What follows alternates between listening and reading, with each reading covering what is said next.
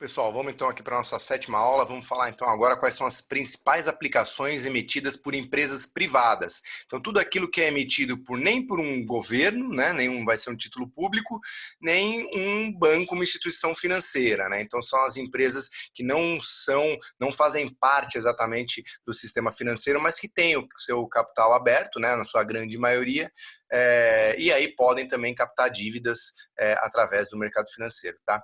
Então aqui, como eu falei, são aplicações que são emitidas por empresas que não são instituições financeiras, portanto, não possuem FGC, tá? Por isso até que a gente fala que esse tipo de aplicação emitido por empresa privada, que não é um banco, ele é até considerado, né, em linhas bem gerais, mais arriscado, tá? A rentabilidade, mesma coisa. Então também pode ser pós-fixado, pré-fixado ou indexado à inflação, tá?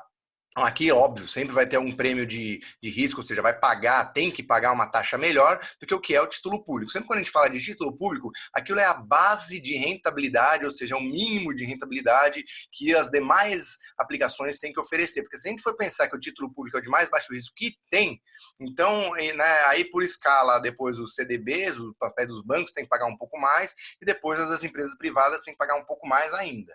Tá? Então, as taxas, né, apesar aqui de ser pós-pré-indexado, mas elas têm que ter um prêmio, tem que ser maior. Tá? Então, liquidez. Então, aqui, nenhuma empresa, é muito difícil você ter algum tipo de emissão que vai dar uma condição de resgate diário, porque as empresas, elas não são bancos, as empresas que emitem isso. Então, geralmente, quando elas emitem, elas captam dinheiro para investir em algum projeto, são projetos de longo prazo, então são mais longos. Tá? Então, dependendo do emissor, é possível você vender no mercado secundário, né?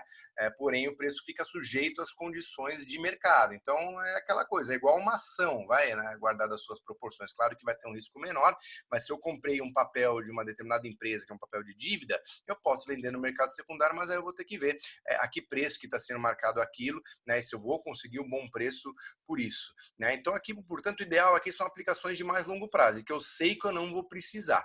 Tá? Então, né, são aplicações aqui que é bom também quando a gente faz, ter uma certa diversificação na carteira, não escolher um papel só, uma empresa só. Né? Aí a gente tem que ter uma cabeça um pouco como um banco, ou seja, diversificar, pulverizar minha carteira de crédito. E bem ou mal, se eu for ter bastante papel de renda fixa, o que eu tenho na carteira é uma carteira de crédito. Né?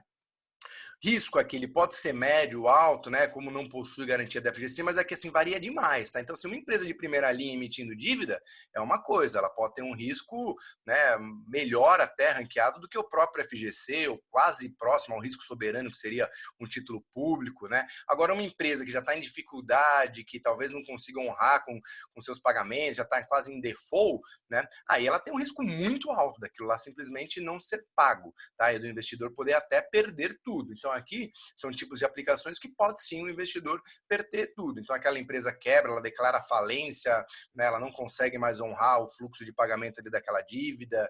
Então, aqui a gente tem que observar bastante, no caso, né, quando a gente investe, quem é essa empresa, porque você não tem nenhum outro laço de garantia, geralmente, tá? Então, aqui, as vantagens é que elas costumam oferecer taxas de rentabilidade superior aos títulos do governo, né, obviamente, e podem se utilizar de instrumentos isentos de IR para a pessoa física. Então, por exemplo, CRI, CRA e debênture incentivada.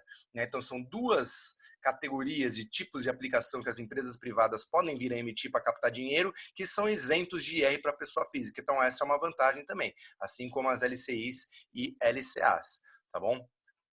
Vamos falar aqui então, o que são as debêntures? Então, são dívidas emitidas por empresas SA de capital aberto. Então, elas podem ser isentas. Então, cuidado que tem a debênture incentivada e tem a debênture normal, que não é incentivada. Então, a debênture normal é tabela, né, do IR, então tributação regressiva de imposto de renda, é aquilo lá, você não vai fugir.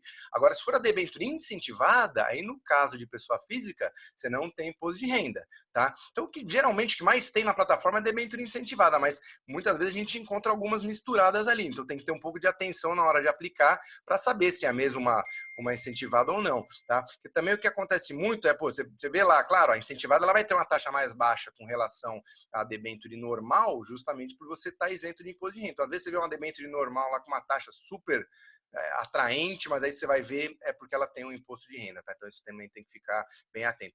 Crise e CRAS também. Então é certificado de recebíveis imobiliários e certificado de recebíveis do agronegócio. Então aqui é um grande pacotão que as securitizadoras fazem, tá?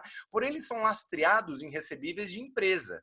né? Então você tem uma seguradora Y que empacota todos aqueles recebíveis lá de uma grande empresa como a Vale. Você vai ver lá o nome geralmente da securitizadora e depois da Vale também. O risco ali é o lastro nos recebíveis, isso que importa, né? Mas quem emitiu foi a securitizadora. Então, né, às vezes isso gera bastante confusão, tá? Crise CRAS não é uma regra, mas na sua maioria são para investidores qualificados, então são aqueles que declaram ter o patrimônio financeiro acima de 1 milhão e também assinam um termo dizendo que conhecem, né, os meandros do mercado financeiro um pouco melhor do que os investidores, né, comuns que não têm esse valor, tá? Mas crise CRAS também a gente costuma ver bastante nas plataformas também hoje em dia. É um tipo de aplicação que está ficando bastante popular também por essa isenção do imposto de renda, mas tem que tomar cuidado com a questão do risco, né? Porque aqui também não tem nenhum tipo de garantia, nem FGC, é a própria empresa. Podem ser empresas muito boas ou podem ser empresas não tão boas, tá?